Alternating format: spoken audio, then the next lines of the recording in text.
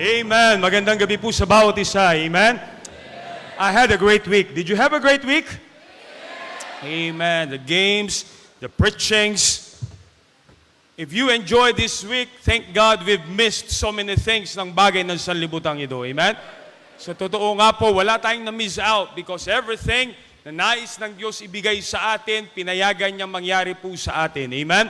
Thank you, Pastor Season, for the invitation. Thank you, Mount Calvary Baptist Church, for the hospitality. Salamat, salamat po. I cannot thank you enough for this opportunity. And I pray that the Word of God na ating po mga napakinggan ay magkaroon ng bahagi sa ating buhay na tayo po ay magamit ng Panginoon. Tomorrow we'll be flying back to Manila. And this may be the last time we met together. Pero sa bagay tiyak, saan mang lugar tayo dito sa Pilipinas, salamat, isang Diyos yung ating pinaglilingkuran. Amen? You give your best to the Lord. You give your life to the Lord. Hindi man makita yan ng ibang tao. Youth camp is a great gathering. But after this, we go back to our respective places, respective churches. At doon tayo lalo maging tapat sa Panginoon. Amen? Amen. It's been a great week and I am so overwhelmed.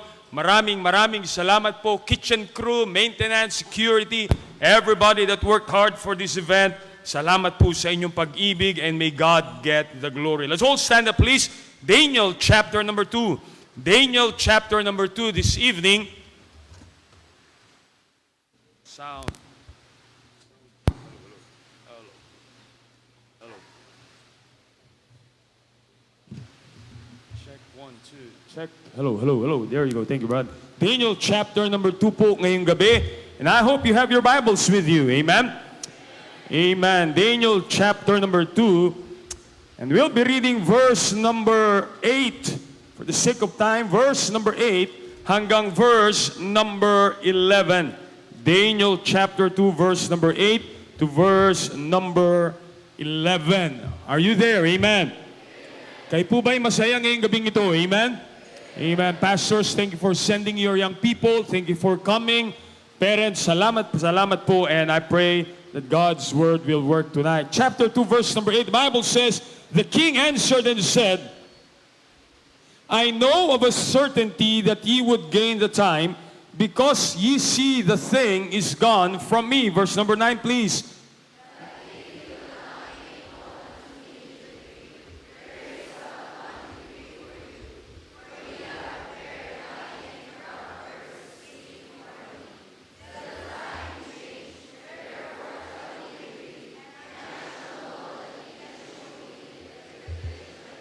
Verse number 10, the Chaldeans answered before the king and said, there is not a man upon the earth that can show the king's matter.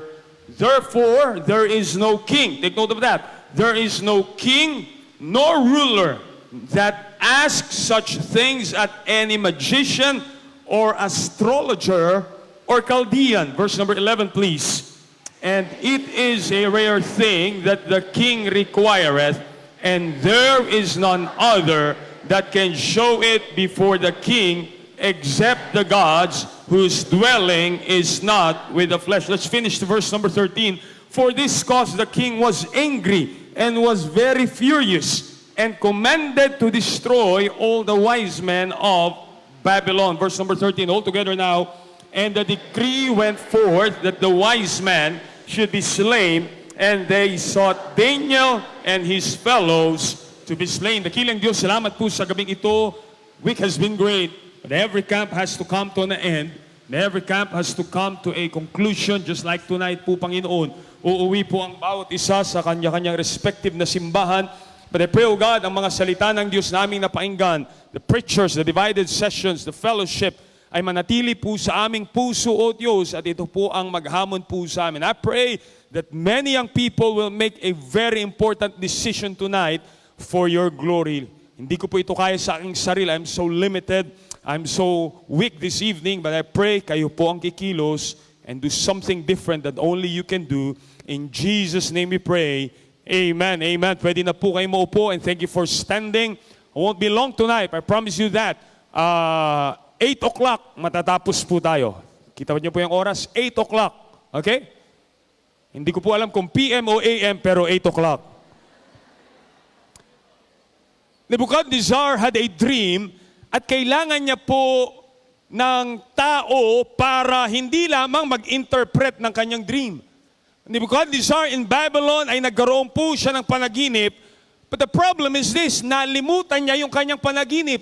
So he needs somebody, hindi lamang para mag-interpret ng kanyang dream, he was looking for somebody na ipaalala sa kanya yung kanyang panaginip, much more, i-interpret yung kanyang panaginip. So they were looking for that magician. They were looking for that astrologer. They were looking for a sorcerer and a Chaldean probably na pwedeng magpaalala kay Nebuchadnezzar ng kanyang panaginip and also mag-interpret ng panaginip.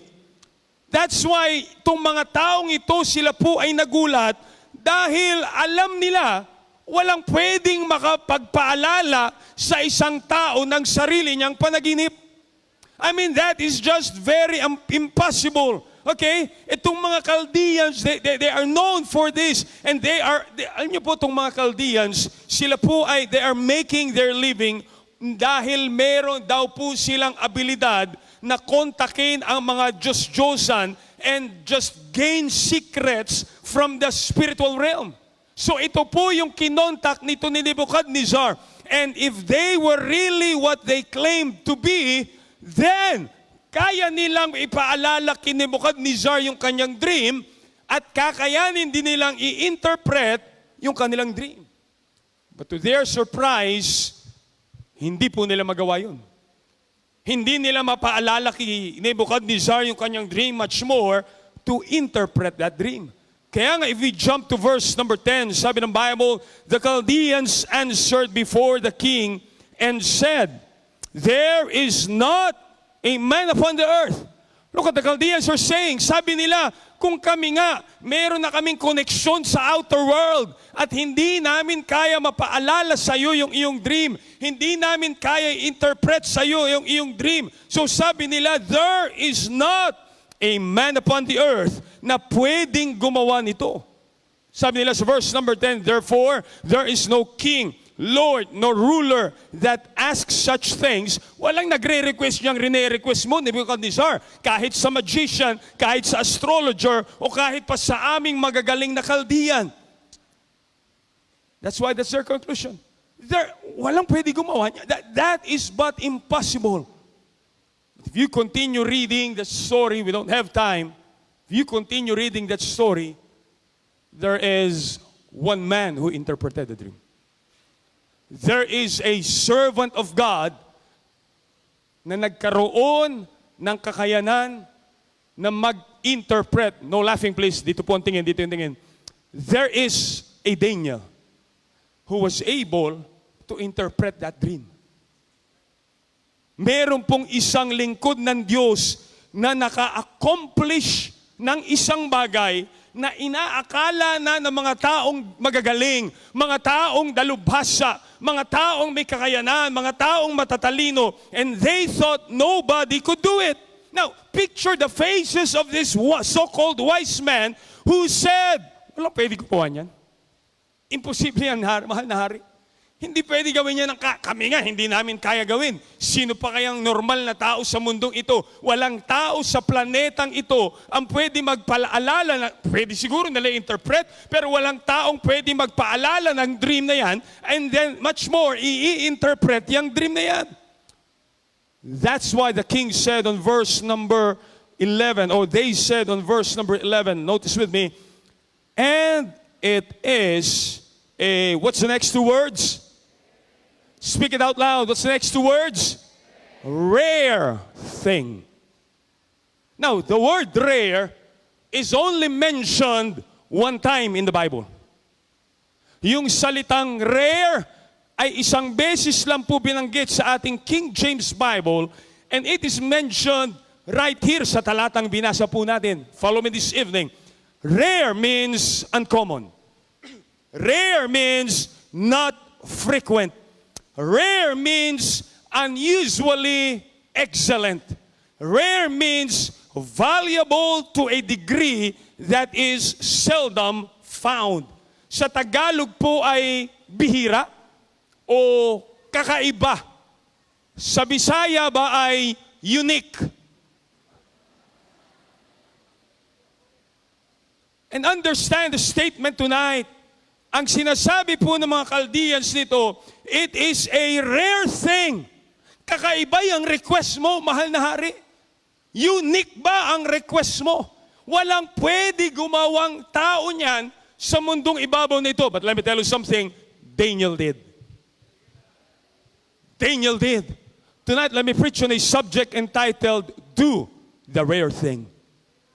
Do the Rare Thing. Ang henerasyon po ng ating mga Kristiyanong kabataan ngayon.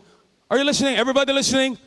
Listen to this statement. Ang henerasyon po ng ating mga Kristiyanong kabataan ngayon must realize na dahil anak ka ng Diyos, posible na ikaw ay maging isang Kristiyanong kabataan na pwede mong gawin ang isang bagay na inaakala ng maraming tao, inaakala ng barkada mo, inaakala ng magulang mo, and even inaakala ng sarili mo na hindi mo pwede magawa. But let me tell you something, if Daniel can do a rare thing for God, then you can do something that is rare sa mundong ito, and you can do it for the Lord.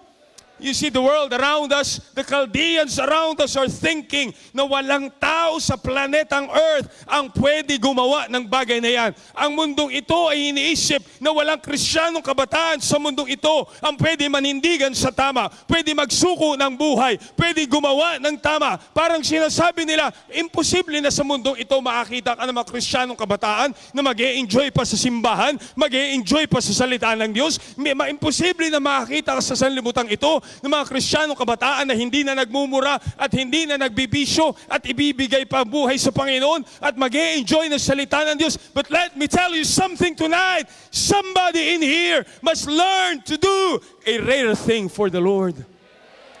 Kabataan, ngayong gabi gagawa ka ng isang desisyon na ikaw ay gagawa ng isang kakaibang bagay na iniakala nila na walang pwede gumawa, imposibleng mangyari, imposibleng ma-accomplish. Akala nila walang kabataan na pwede mamuhay ng disente. Akala nila ang mundong ito ay puno lamang ng kabataan na mumuhay ng immoral. But let me tell you something, if you have God inside your heart and you will make a firm decision tonight, it is very impossible for you to do that rare thing para sa Panginoon. Naninibago sila pag nakakakita pa rin sila ng mga Kristiyanong kabataan na nagbibitbit ng Biblia. Naninibago sila ang mundong ito pag nakakita sila ng Kristiyanong kabataan na umiiwas pa rin sa bisyo, umiiwas pa rin sa immoralidad at wala pa rin hilig sa mga bagay na sanlibutan ito. To them, it seems impossible. Sa kanila, para bang no man upon this earth can do it. Kala nila wala ng kabataan na magsusuko ng buhay para sa Panginoon. But plus God, the Bible gives us a great example of a Daniel who did that rare thing. Let them think na imposible na sa iyo magbago mula sa isang rebeldeng kabataan patungo sa kabataan na susunod sa Panginoon. Let them think it is impossible para sa iyo na magsukay ng buhay sa Panginoon dahil akala nila kung meron man magsusuko ng buhay sa Panginoon, merong iba pero imposibleng ikaw. But let me tell you something tonight, may Kristo ka sa puso, meron kang salita ng Diyos, merong mga pastor na nagmamahal sa iyo at tinuturuan tayo ng salita ng Diyos. Therefore, it is possible for us and for you to make a decision that in your life, you can do the rare thing. Kahit sino ay pwedeng humithit ng sigarilyo, kahit sino ay pwedeng maging rebelde, kahit sino ay pwedeng lumaya sa tahanan at magrebelde sa mga magulang. But it takes some young people who have guts tonight who will do that rare and impossible thing para sa Panginoon. Naunawaan nyo ba ngayong gabi? Kahit sino pwede sumut ng basketball, pero hindi lahat ng tao kaya mangaral ng salita ng Diyos. Kahit sinong babae pwede magkaroon ng maraming boyfriend hanggang gusto niya at mabuhay ng immoral, but it takes a decent Christian woman na merong salita ng Diyos para mamuhay ng tama na ang goal niya ay malugod ang Diyos sa kanyang buhay. Nauunawaan po ba natin mga kabataan na kahit sinong kabataan dito ay pwede magrebelde sa magulang, pwede makipag-away sa magulang, pwede suwayin ang authority, but it takes some Christian young people na mayroong pagmamahal sa salita ng Diyos, and he will decide, I will do something that is different. I will decide to do something that is rare kasi alam ko, meron akong Kristo sa aking puso. Why don't you leave this conference this week na meron kang goal sa iyong buhay na hindi mo nagagawin yung mga bagay na ginagawa na lahat ng ordinaryong tao dahil alam mo ikaw ay may Kristo sa puso. Bible says we are a generation that is separated from the world. And you have to do that rare thing. Let me give you 3 things tonight. To do that rare thing, number 1, there is an unusual preparation. Unusual preparation. When we say unusual preparation, tingnan mo yung pinagdadaanan mo ngayon, kabataan. Nalala niyo po ba si Daniel? Sila Daniel po, Babylon is a strange land for them. Right? They were captives. If you read Daniel chapter number 1, they are captives. Hindi sila taga-Babylon. They were young men na dapat ini-enjoy yung kabataan sa kanilang homeland. Sila yung mga kabataan na hindi naman dapat alipin dun sa Babylon. But yet, way before God sent them to Babylon, God knows what He is doing. Sila ay hinahanda na ng Panginoon. Sila ay prepara na ng Panginoon. At malalaman natin ang buhay ni Daniel, young people. He was in an uncomfortable zone. And many of you young people tonight, listen, wag niyo po ako tulugan, pambira. Wake up! Many of you young people tonight are going through some situations sa iyong buhay that seems to be parang unique. It seems to be unusual. Ang pamilya mo ay dumadaan sa malaking problema. Your parents are separated. You have a broken family. You have big financial problems. And you begin to question God, Panginoon, bakit nangyayari ito sa aking buhay? Let me tell you something. Dinadaan ka ng Diyos sa isang kakaibang preparasyon. And if you would only realize it, pinapayagan niya ng Diyos mangyari sa iyong buhay because God is preparing you for something that you can do that is impossible. Huwag mong taniman ng sama ng loob ang iyong mga magulang. Huwag mong dalhin ang sitwasyon at maging emosyonal at gumawa ng desisyon magrebelde sa Diyos because things are not just going your way. Hindi nasunod yung kursong gusto mo. Walang pera para pagpasok sa koleyo. And many times, many young people gagawa ng desisyon na palayo sa Panginoon because of uncomfortable situations. Lumalayo sa Diyos. Lumalayo sa simbahan, nagre-rebelde sa magulang, ginagawa ang sariling kagustuhan, humahanap ng pag-ibig sa mundong ito. Let me tell you something, don't react that way because God is preparing you for something big. Inihahanda ka ng Diyos sa isang sitwasyon na hindi mo alam, pero dakilang bagay ang nais gawin sa iyo ng Panginoon. And only if you will realize, God is placing you an unusual preparation. Huwag mo ikumpara ang sarili mo sa iba mong kaibigan dahil ikaw ay unique na instrumento sa Panginoon. And He is preparing you and He is molding you in a very important thing dahil merong mahalagang bagay ipapagawa sa iyo ang Panginoon. I beg you young people, huwag mo sirain ang buhay mo dahil galit ka sa magulang mo. Huwag mo sirain ang buhay mo dahil hindi mo maunawaan ang sitwasyon. Huwag mo sirain ang buhay mo dahil sa mga problema dumadaan sa iyong buhay. You have to realize all things work together for good to them that love God. And God is preparing you for something bigger. Naalala niyo po si Joseph? Oh my goodness, Pastor Season and I were talking about Joseph a while ago. Kapag ang kaibigan mo ay tinalikuran ka, that is something. Pero pag ang sarili mo ng mga kapatid ang nagbebenta sa iyo, malaki na ang problema niyo sa pamilya. Tama? Pag ang sarili mo ng mga kapatid ang nagbetray sa iyo, pag family na ang inaatake at umaatake, malaking problema na yan. But you realize, Joseph, tinapon siya ng kanyang mga kapatid doon sa balon. Pinilit itakas ni Reuben, but yet ibinenta ng kanyang mga kapatid sa mga merchantmen. And he ended up as a servant in Egypt, nakulong sa kasalanang hindi niya ginawa. Now think about all those situations. Those are unusual things na nangyari sa buhay ni Joseph, knowing siya yung paborito ng kanyang tatay. But he knew one thing. Lahat yun ay preparasyon ng Diyos sa kanya because he is about to do something great. Until in prison, and from prison, he became second in command in Egypt. Even to a point, yung mga kapatid na nagbetray sa kanya, sila din yung mga kapatid na lumuhod at nagmamakaawa sa kanya para humingi ng pagkain at humingi ng tulong. Kaya nga, nung namatay si Jacob, they were all afraid dahil baka papatay sila ni Joseph. But you know what Joseph said? You meant it unto evil, but God meant it unto good. Joseph knew real well, God is preparing him for something big. It may be unusual ang pinagdadaanan mo. You may have broken families at marahil na palayo ka na talaga sa pamilya mo. And I don't know what your situation holds tonight. And I believe many young people ay dumadaan sa isang masilumuot na sitwasyon ngayong gabi that I alone cannot explain it to you. Pero alam ko, yan ay pinahintulutan ng Diyos dahil hinahanda ka niya, pinaprepara ka niya sa isang dakilang bagay, sa isang unique na bagay na ikaw lang ang pwede gumawa niyan dahil merong plano ang Diyos sa buhay mo. And I beg you, as you go through unusual preparations, huwag mo sirain ang plano ng Diyos sa buhay mo.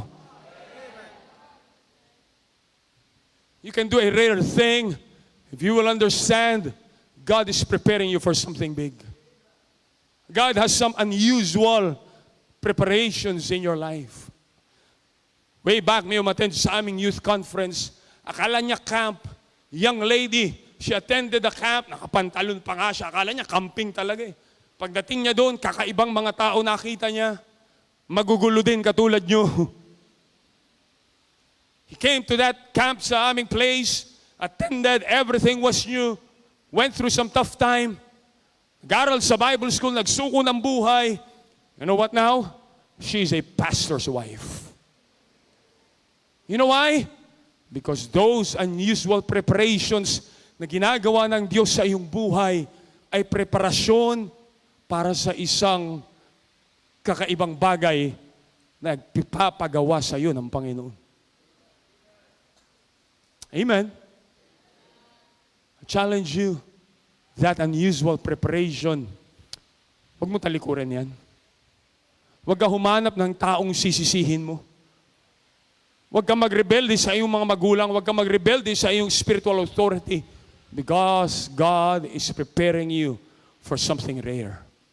Not just unusual preparation. Number two, I want you to understand, there is that, lalo na kung maalala ko yung outline ko, amen? Number one is unusual preparation. Number two, I want you to realize His unwavering position.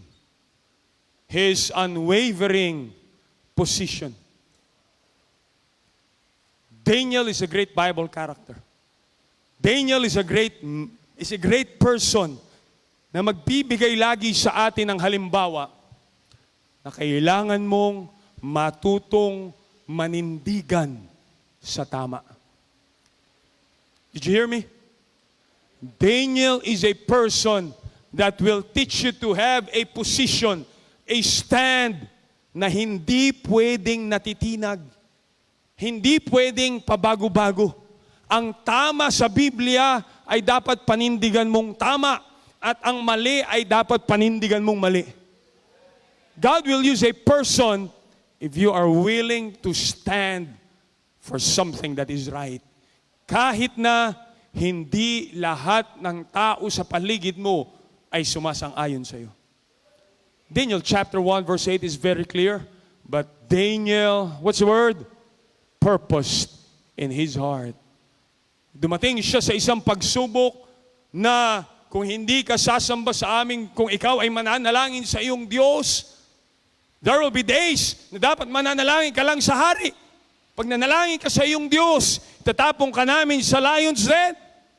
We all know that story. There were Shadrach, Meshach, and Abednego. That was said, pag tumunog ang musical instruments, you have to bow down and you have to worship our gods. But this man, Daniel, Shadrach, Meshach, and Abednego, they have that unwavering position. Hindi nyo matitinag ang aming pinaninindigan. Look, burning fiery furnace ay hindi po yan biro. Lion's Den. Alam nyo ba ang laman ng Lion's Den? Pinag-aralan ko po maigi to. Alam nyo ba ang laman ng Lion's Den? Lion. Malalim yun, kapatid. Pero alam mo, sabi ni Daniel, maninindigan ako para sa Diyos. Kasi yung mga leon na yan, lion.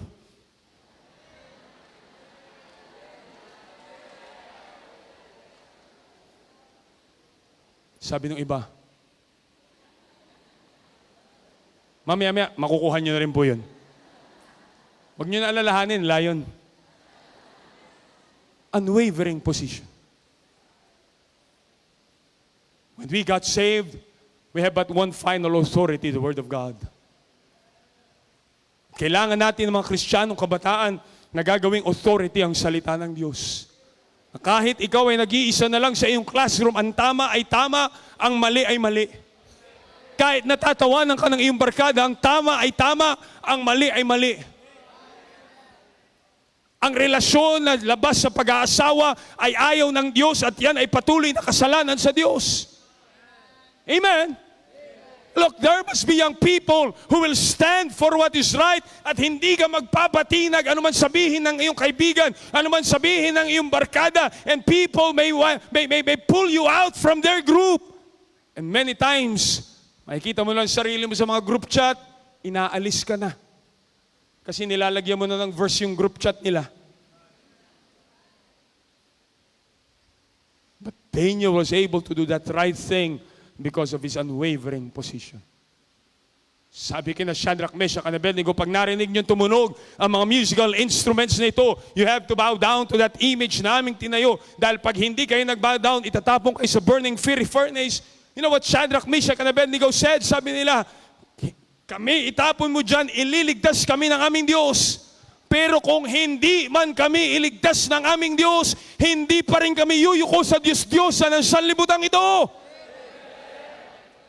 And I hope and I pray with the thousands of young people we have here tonight ay magkaroon tayo mga Kristiyanong kabataan na maninindigan. Well, in this group, madaling manindigan, pero uuwi ka sa iyong tahanan and you will stand alone in your school and you will stand alone with your classmates and you will stand alone against so many people around. At minsan tatawanan ka, minsan kukutyain ka, pero if you want God to use you to do a rare thing sa iyong buhay at magamit ka ng Panginoon, there must be a stand in your life na hindi nila matitinag, hindi nila mababago dahil alam mo, ito ay tama ayon sa salita ng Diyos.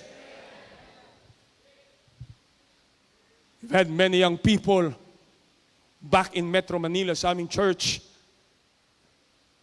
Bibigyan sila ng kanilang mga teachers ng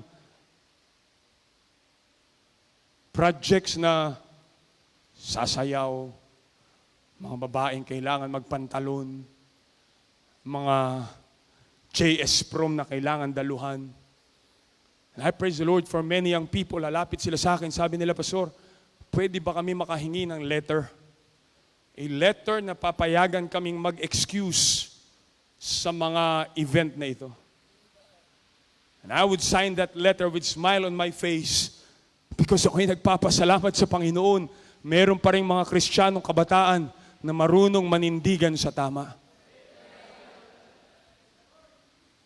Amen. Meron pa rin mga Kristiyanong kabataan. I did not ask them to do it. Hindi ko alam yung nangyayari sa school nila eh. But they would approach me. Pero hihingi kami ng letter. Many times, by the way, students, igagrant ng school yung ganyang letter dahil ino-honor nila ang iyong pananampalataya. Pero kailangan nilang makita ng mga Kristiyanong kabataan na maninindigan sa tama. Alam niyo, ang mahirap lang naman, you know what's hard? The first no. Di ba? Pag inalok ka ng unang beses na gumawa ng mali at tinanggihan mo, most likely, the next time, alam nilang tatanggihan mo yan kasi meron kang paninindigan. Pero pag sa unang alok nila ay, sige na nga, sa susunod na alok nila, mahihirapan ka ng humindi sa alok. Kasi minsan kang pumayag sa mali. We have young people, they're on their team building. And right up front, sabi niya, pwede akong sumama sa team building ng Lunes hanggang Biyernes. Pero pag Sabado at Linggo, hindi nyo ko mayayaya sa team building dahil ako'y may ministry sa simbahan, dahil ako'y Sunday school teacher. Sabi ng mga katrabaho niya, ano ba naman yung simbahan nyo? Ano ba naman yung pastor nyo? Nadamay pa ako, hindi ko nga kilala, di ba? Ano yung sabi niya? Ay, hindi po ito yung simbahan ko. Hindi po ito sabi ng pastor ko. Ito po ay commitment ko sa Panginoon. And from then on, wag na natin yayain yan, di naman sasama yan. This man will be, tutulungan ko kayo maghanap ng, I mean, it's a great offer. Inaalok sila mag-team building sa somewhere Disneyland in Hong Kong, I think, or mga engranding team building, and it will be for free. But I think, and I praise the Lord for men and women na merong paninindigan. If you want God for you to do something that is rare, to do something that is unique, isang bagay na hindi nagagawa. Sabi ng mga Chaldeans, walang tao sa planetang Earth kaya gumawa niyan. Parang sinasabi niyang alien lang. Look, alien tayo sa mundong ito. But you are able to do a rare thing for the Lord if you will have an unwavering position. Yung gagawin mong commitment ngayong gabi, yung ginawa mong commitment nung isang gabi, panindigan mo yung commitment na yan para sa Panginoon. Tatawanan kanila, lulukohin kanila, and they will even to say, lilipas din yan pag nakaligo, mawawala din yung desire niyang magpastor. But you need to prove them na yan ay position na hindi mo patitinag at yan ay paninindigan mo dahil alam mo yan yung nais ng Diyos sa iyong buhay. Ang bilis magbago eh. Pagkatapos ng youth camp, parang walang preaching na napakinggan. Pagkatapos ng youth camp, parang balik lang din sa dati. Kung babae ka, panindigan mong babae ka. Kung lalaki ka, panindigan mong lalaki ka. Sabi nung tatay sa kanyang anak, anak niya malambot. Bakla ba, bakla? Sabi niya, ayoko ng anak na bakla. Nilubog niya sa drum. 5 segundo. Lalaki ka, babae? Babae po ako. Hindi ako babayag. Nilubog niya uli. 10 segundo. Lalaki ka o babae? Tatay, babae talaga ako. Huwag niyo ikakatong clip na to na ito lang sinabi ko, ha? Pangatlong lubog. Pag hindi ka talaga nandigan, 1 minuto. Lalaki ka, babae? Babae talaga ako, tay. Nilubog niya ng 5 minuto. Pag-ahon, lalaki ka, babae? Sirena na po ako.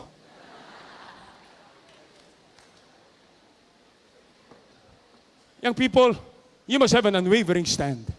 A position that does not change. That is why dapat alam natin ang salita ng Diyos. That is why dapat alam natin yung ating pinaniniwalaan, yung ating pinaninindigan. It matters less if it means a lion's den para kay Daniel, but as long as God wants you to accomplish something rare, paninindigan mo, ano magsasabihin nila dahil meron kang paninindigan na hindi dahil sabi ng tatay mo, hindi dahil sabi ng nanay mo, kundi dahil sabi ng Diyos at ng kanyang salita. God is calling you to be a pastor, a preacher. Panindigan mo. Darating ang panahon, hindi madali, hindi masaya. Panindigan mo. Be a man, be a woman of conviction. Amen. Ang hinahanap nila ay mga Kristiyanong kabataang hindi babaguhin yung ating paninindigan. Hindi babaguhin kung ano yung pinaniniwalaan natin. If you really believe the Bible, then stand on that and have an unwavering position. Itatag mo ang sarili mo sa salita ng Diyos para sa panahong ikaw ay yayanigin ng sanlibutan at yayanigin ng tukso ng kasalanan, alam mo, you are standing on this blessed solid rock. Unusual preparation. An unwavering position. But let me give you the third one and the last. For you to do that rare thing tonight, let me tell you, you will only be able to do that because of an undeniable power. Isang kapangyarihan na hindi natin pwedeng tanggihan. Kapangyarihan, hindi kapangyarihan natin. Hindi nga natin kaya yan eh. That's why sabi ng mga Chaldeans, there is nobody on this earth that is able to do that. Imposibleng may taong pwede gumawa niyan. Well, to them, it is impossible. Pero dahil nga meron tayong Diyos na buhay, at yan ay nasa iyong puso, at yan ay bibigyan ka ng kapangyarihan. I want you to know this, Daniel chapter number 3. I hope you're still listening tonight. Daniel chapter number 2, sabi po ng Bible, when Daniel was able to interpret, and he is about to interpret that dream, sabi po ni Daniel sa Daniel chapter number 2, he said here, Daniel answered and said, Blessed be the name of God forever and ever, for wisdom and might are His. He changeth the times, the seasons. He removeth kings, setteth up kings, giveth wisdom unto the wise, knowledge to them that had understanding. He revealeth the deep and secret things. He knoweth what is in darkness, and light dwelleth with them. Verse number 28, Daniel said, But there is a God in heaven.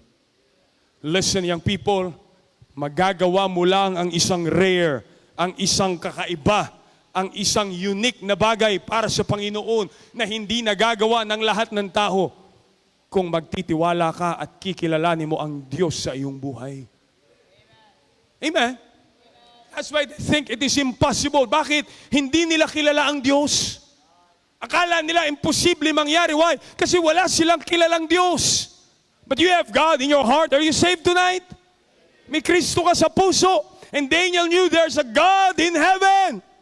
That's why every preaching, every reminder is reminding us, and that theme is reminding us, let us draw ourselves nearer to God, because the more na ikaw ay malapit sa Diyos, the more you will understand there is a power na pwede mo magawa ang isang bagay na imposible. Pwede mo ma-accomplish ang isang bagay na sinasabi ng maraming kabataan na imposible. Look, anybody can be a movie actor. Kahit sino'y pwedeng maging artista. Kahit sino'y pwedeng tumira ng tres katulad ni LeBron James. Kahit sino ay pwedeng maging sikat sa sanlibutan ito. But only people who believe in the power of God at kikilalanin mo lubos si Kristo sa iyong puso kung gaano siya kadakila, gaano siya kapangyarihan. You know you have God and you can do something that is impossible.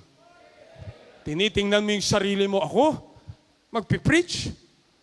Ako, magtuturo ng Bible sa mga estudyante? Sino ko? Mag-aakay ako ng kaluluwa? Mahiyain ka nga? Ikaw nga ay tinatawanan sa classroom? You can have all those excuses and you say, it is impossible. God said, exactly. Because ang tutulungan niya lamang gumawa ng mga bagay na imposible ay mga Kristiyanong kabataang tunay na makikilala ang Diyos sa kanilang buhay. Never dreamt to be a pastor, young people. Maraming nagsasabi, Meljo, kaya ka naman nagpastor kasi tatay mo pastor. My dad knows that. Sabi ng tatay ko nung ako'y bata, Meljo, magpapastor ka ba paglaki mo? Every dad wants their son to be a pastor. Sabi ko, ayoko po. Sabi niya, bakit? Sabi ko, kasi mahirap po magpastor. I grew up in church. I've seen my dad's hardships. Ayoko po magpastor, ang hirap magpastor. Sabi ng tatay ko sa akin, bakit? Anong bagay ba ang hindi mahirap?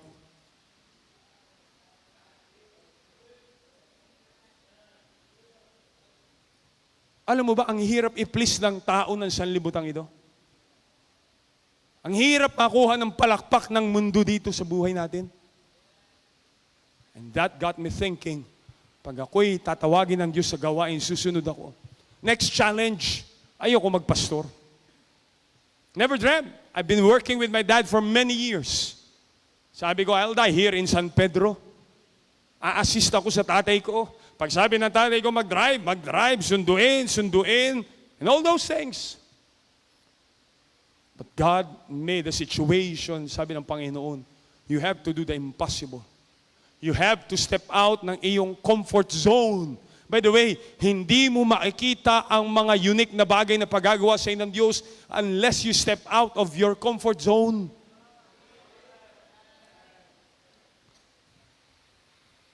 When we moved to Las Piñas, nagsimula kami sa isang garahe, maybe as small than this, as wide as this. Lalagyan ko ng 3 monoblock chairs, 6, 8 rows, 50 chairs, 60. That first Sunday, God gave us 80. Ayoko pa rin umalis sa San Pedro. I want to stay there. Pero God spoke to my heart, Meljun, hanggat ikaw ay nagtitiwala sa sarili mong kakayanan at hindi sa kakayanan ng Diyos, you will just perform ordinary things. When I praise the Lord, lalo kong nakilala ang Diyos, ang kanyang kapangyarihan. I took out all the bitterness in my life. My wife knows that. At kinilala kong mabuti ang Diyos sa aking buhay. Last Saturday, we have a Father's Fellowship. I cannot do it. But God gave us 19 fathers on a Saturday fellowship. Soul winning, question and answer. Next week, meron po kaming youth conference. And I'm amazed, we have 49, I think, young people that is registered from Las Piñas. Attend kami ng youth conference sa San Pedro. I am seeing with my own very eyes rare things, impossible things. Mga buhay na nababago na hindi ko naman inisip na magiging instrumento para mabago ang buhay. But I praise the Lord, it is because of His power. Kinilala ni Daniel, hindi ko kaya mag-interpret ng dreams, pero sabi niya, merong Diyos sa langit. Listen to me, ikaw at ako ang instrumento ng Diyos sa mundong ito para makilala nila ang kapangyarihan ng Diyos. And when Daniel was able to interpret that dream, and when Daniel was able to get out from the lion's dens nang walang harm, anong sinabi ng mga hari? Totoo ang Diyos ni Daniel. Something impossible, something rare, something unique, isang bagay na kakaiba. And anybody can be a rebellious person. Anybody can be a backslidden Christian. Anybody ay pwedeng umuwi sa camp na ito na walang pagbabago sa kanyang buhay. But it will take a rare thing. But it will take some person who will believe on a power ng Diyos na imposible, pero kaya niyang gawin posible. Papayagan mo ba mabang mabuhay ka lang sa buhay Kristiyano mo nang parang wala namang pagkakaiba? Parang wala namang pagbabago? Parang ganun din naman, magsimba ako o hindi, wala naman nagbabago. Mag-youth camp ako, hindi, ganun pa rin naman ako. You know why? Because you don't know that power yet. Pumupunta ka lang kasi sa simbahan, sabi ni tatay. Pumupunta ka lang kasi sa youth camp, gawa ng basketball eh. Pumupunta ka lang kasi sa youth camp, gawa ng mga mababaw na dahilan sa iyong buhay. But I beg you tonight, you have to pray to God, Lord, draw me nearer. Panginoon, payagan mo kung lalong lumapit sa iyo. At the more akong malapit sa iyo, lalo kitang makilala at lalo kong maranasan ang kapangyarihan mo sa aking buhay. You remember the apostles? Peter, Andrew, James, and John, they were just mere fishermen. Ordinary life, every day, lambat, isda, dagat, isda, lambat, dagat. At akala nila, doon na lang silang mamamatay at yun na lang normal na buhay nila. Not until Jesus said, follow me and I will make you fishers of men. Sanay silang sumisid, sanay silang lumangoy, sanay silang kumuha ng isda. But it was not until Peter drew near to Jesus, yung imposible, yung unique, he was able to walk on water. Something unique. Something rare. Young people, I challenge to you. Give me 3 minutes and I'm done. God has something for you to accomplish. Either you need to get saved or you need to get out ng iyong buhay karnalidad. At makita mo, merong makapangyarihan Diyos. Listen, there are Chaldeans out there who thought nobody can do this. Hindi na pwede mabago. Imposible nang mabago ang buhay. Imposible nang mangaral yan ng salita ng Diyos. Imposible nang matigil sa iyo ang bisyo. And they thought, hindi na pinapanganak ang taong tutulong mabago ang iyong buhay. But let me tell you something. God can do a rare thing through you. And be that individual tonight na magpapatunay sa mundong ito that there are Daniels on this Baptist youth camp that are still alive. And God's power can still manifest through you. Huwag ka mabuhay bilang isang ordinaryong kabataan na lamang na mamamatay kang wala kang ginagawa para sa Panginoon. Knowing, alam mo, meron dakilang bagay kang magagawa para sa Diyos. Hanggang basketball ka na lang ba magaling? Hanggang volleyball ka na lang ba magaling?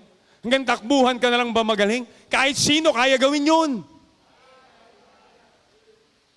Pero hindi lahat ng kabataan ay kaya magsuko ng buhay at magpagamit sa Diyos. Do the rare thing. Dakilang Diyos, I leave it all up to you. Your word was proclaimed.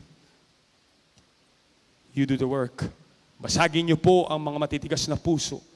And let young people decide tonight that with God's power, with the preparation na dinadaan niyo po sa aming buhay, at kung kami matututong manindigan po, Panginoon, you can do the rare thing through us.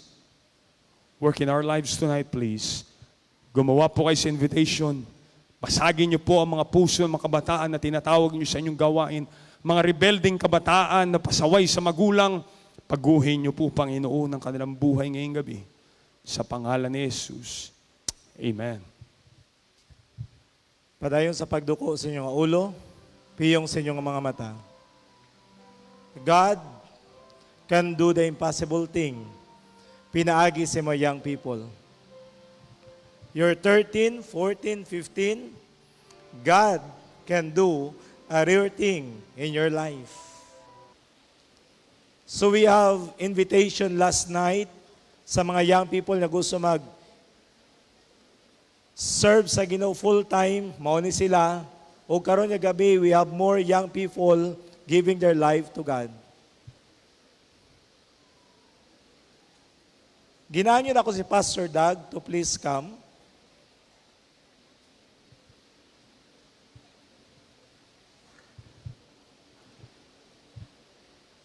Tonight, remember this. You ought to write this in your Bible. Write it in your Bible so you don't forget. I've made promises to people, and I've tried to keep them. But when you make a promise to God, you keep it. Even if it gets difficult, even if everybody's against you. Serving the Lord's not always easy, but it's always right.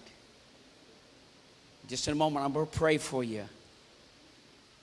You put in your Bible whatever your decision was. You let that promise guide your life. May I request all the pastor to please come? Manya magpalibot sa mga young people, no? I believe nga, karon nga time, kinanglan kayo nila ang ato nga prayer. Because after the camp, it will be a battle. There will be doubts. There will be persecution silang kinabuhi. But our prayer, I believe, can really protect these young people. Ang uban yung mga pastor, during aside. And we will pray for our young people sa ilang pag-surrender diya sa Ginoo.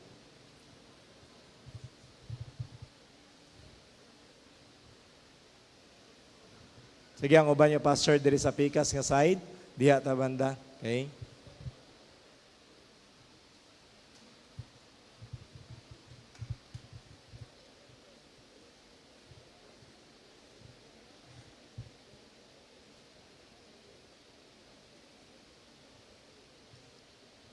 Let me make this statement too. You want to keep your promise to God? You want to keep your promise to God? Stay in church. stay in church. If you don't do anything else, stay in church. Let's pray. Lord, you're the God of heaven. You have a will for all of us. Help us to follow that will. When it becomes hard, help these young people to remember their promise and their commitment to you. Dear God, use their lives. The greatest thing that we can do in life as believers is to serve you and do your will. Help them to be strong. They get attacks from their family, their relatives, and their friends. But I pray that the God of heaven would work in their hearts and give them strength and a faith to stand and be like Daniel. Help them to be rare, different, uncommon in their lives. In Christ's name, amen.